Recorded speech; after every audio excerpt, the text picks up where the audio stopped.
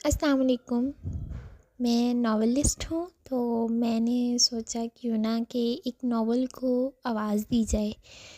یہ عمیرہ احمد کا لکھا ہوا ناول ہے دربار دل۔ بیسیکلی اس کا تھیم انہوں نے خود ہی بتایا ہوا ہے ناول میں کہ ہماری زندگی میں نا کچھ ایسے واقعات ہوتے ہیں، کیونکہ ہر کام تو اللہ تعالیٰ کی طرف سے ہی ہوتا ہے۔ تو اس ناول میں یہی بتایا گیا ہے کہ ہر کام میں اللہ کی کیا مصلحت شامل ہوتی ہے اس میں۔ تو آخر اس کام میں اللہ کی کیا مصلحت تھی، یہ ہمارے ذہن میں ایک سوال سا اٹھتا ہے۔ چلو لیٹس سٹارٹ دا ناول۔ میرے سامنے ڈائننگ ٹیبل پر رکھے ہوئے گلاس میں موجود مشروب یکدم اور سیاہ ہو گیا تھا۔ گلاس کے کناروں پر میری لپسٹک کے نشان تھے۔ کوئی ان نشانوں پر انگلی پھیر کر یا محض ایک نظر ڈال لینے پر یہ اندازہ کر سکتا تھا کہ میرے ہونٹ خوبصورت تھے۔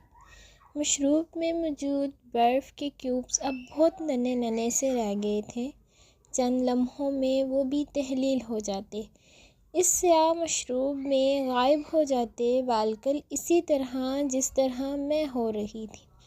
ابھی اسی وقت میرے بائیں طرف ٹیبل پر بیٹھا کہکے لگانے والا مرد میرا شوہر تھا، اور وہ تھا میں نے جسے دنیا میں سب سے زیادہ چاہا تھا۔ ہنستے ہوئے اس کا سفید چہرہ سرخ ہو رہا تھا، اور وہ سفید پہنے ہوئے تھا، اور D&G کا آفٹر شیو اس کے وجود کو مہکا رہا تھا، اور اس کی کلائی میں گوچی کی گھڑی تھی، اور اس کی پلیٹ میں فرائیڈ چکن کا ایک ٹکڑا، اور اس کے گلاس میں لیمن سپرائٹ، اور میں دربار دل میں تھی۔ کسی نے میری آنکھوں سے پٹی اتاری۔ مجھے ٹھیک طرح سے دیکھنے کے لیے آنکھیں جھپکنا بھی نہیں پڑا۔ سب کچھ نظر آ رہا تھا، صاف نظر آ رہا تھا۔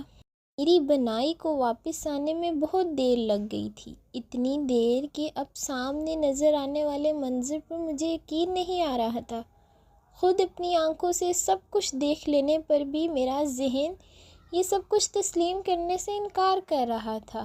ذہن جو کچھ سمجھانے کی کوشش کر رہا تھا، آنکھیں اور دل نہیں مان رہا تھا، اور آنکھیں جو کچھ دکھانے کی کوشش کر رہی تھی، ذہن اس پر یقین نہیں لا رہا تھا۔ مجھے اپنا وجود ایک دم برف کا بت بنتا محسوس ہوا تھا، یا پھر کانچ کا مجسمہ جو انگلی کی ہلکی سی ضرب سے ٹکڑے